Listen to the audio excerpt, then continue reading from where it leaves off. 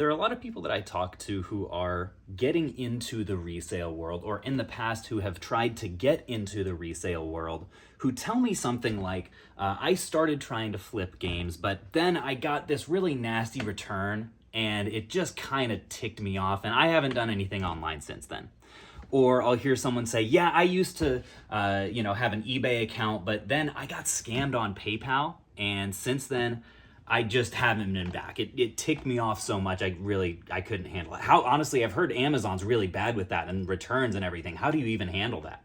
And I just wanted to show you guys exactly what that looks like for us. So this is our bin. I actually already emptied out probably 2/3 of it, of Amazon returns that I am still going through and inspecting for condition and determining where they are going to go. This is probably about a week's worth for us at this stage in our business. Last month we sold about 180K worth of video games on Amazon, and this is less than a week's worth of just returns, not sales, but only returns.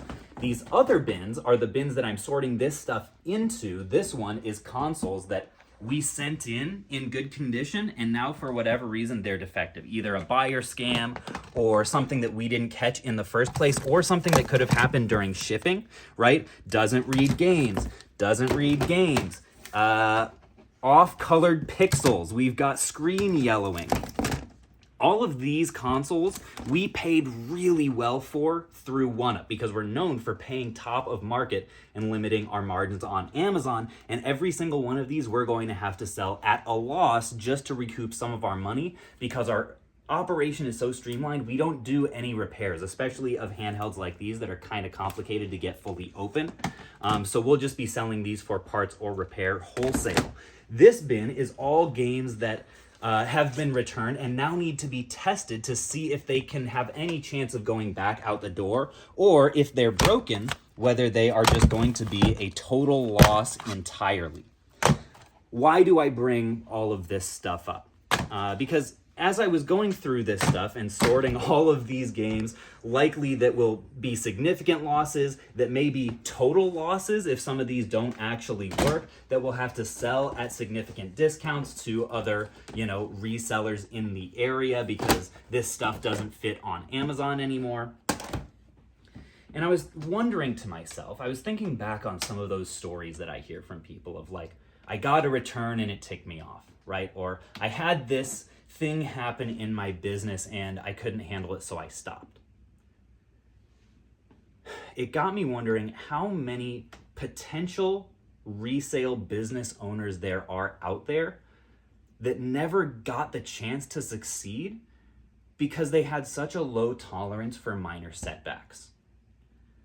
And it got me asking myself, what this past week has been a minor setback that I'm giving too much weight to, that's holding me back in my own business. Because this is not an example of like, oh, at one point I put too much weight on the small things, but now it's fixed. Look at all these things that don't really bother me that much anymore because I recognize it's just the cost of doing business.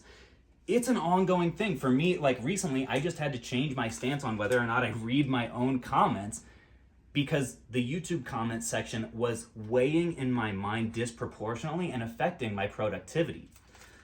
What I want to, the quick message that I want to give to you guys that are in the resale world or the collectibles world or just the small business world in general, is that a lot of your success, or at least I believe a lot of my success, has been contingent upon building up a tolerance for those minor setbacks. It really helps me to remind myself that large retail stores have a crazy absurd percentage of returns. It's like, I want to say 15 to 20%, even as high as 30%, depending on the sector. And Amazon stores are the same thing. Clothing category, the shoe category, often high teens to 20% returns. And guess what? People do it anyways because it's part of the cost of doing business. Stores, large retailers factor in shrinkage, right? The amount of inventory that's going to get stolen, right? Or damaged or lost in a given year.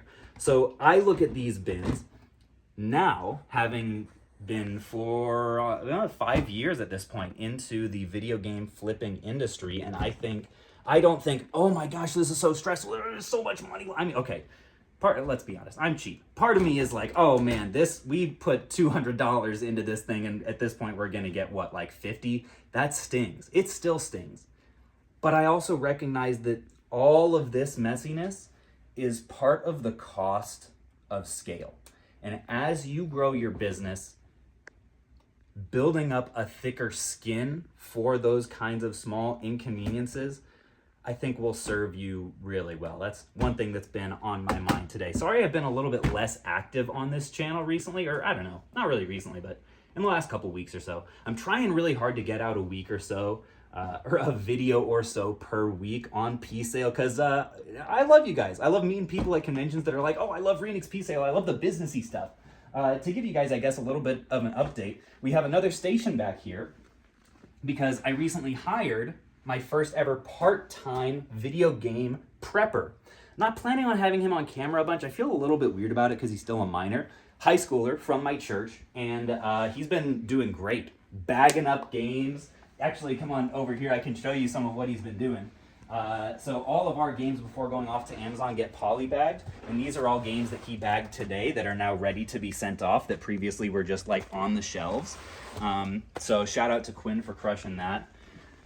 I don't know, I'm pretty sure I showed you guys the after picture of this shelf here. It's been working great. Our Wii shelf, really proud of it. These top shelves here are all of our games that we get in just nonstop. Brawl, Wii Sports Resort. Realized I was looking at some data earlier today. Last month, we sold 110 copies of Wii Sports. We can't get enough. Next month, our price on Wii Sports that we're offering is going up to $24. I can barely even believe it. Subscribe at one-up.app if you're interested in selling us stuff and getting access to those. And then I guess the last big update is I might actually dedicate a video to this, because last week I sent an email out to all of our previous one-up users who have downloaded the app, subscribed on the premium tier, and then canceled.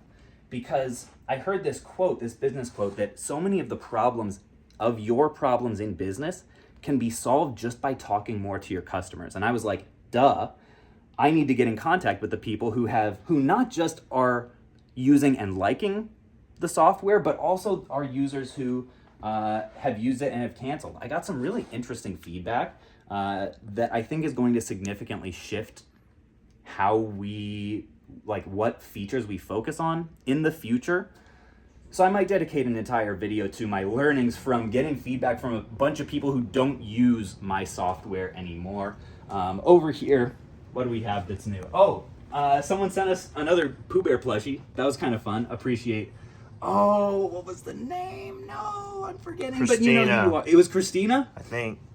Spanky coming in clutch with the assist. Christina, appreciate you for the plush there. We're probably going to have to incorporate another one of these acrylic nail polish holders for our DS and 3DS inventory that's waiting to go out the door. But in closing, folks, I would just encourage you to do a little bit of an emotional audit of this last week for you and ask yourself, what minor setback was having a disproportionate effect on my mental state? And how can you reframe that to let it impact you less going forward?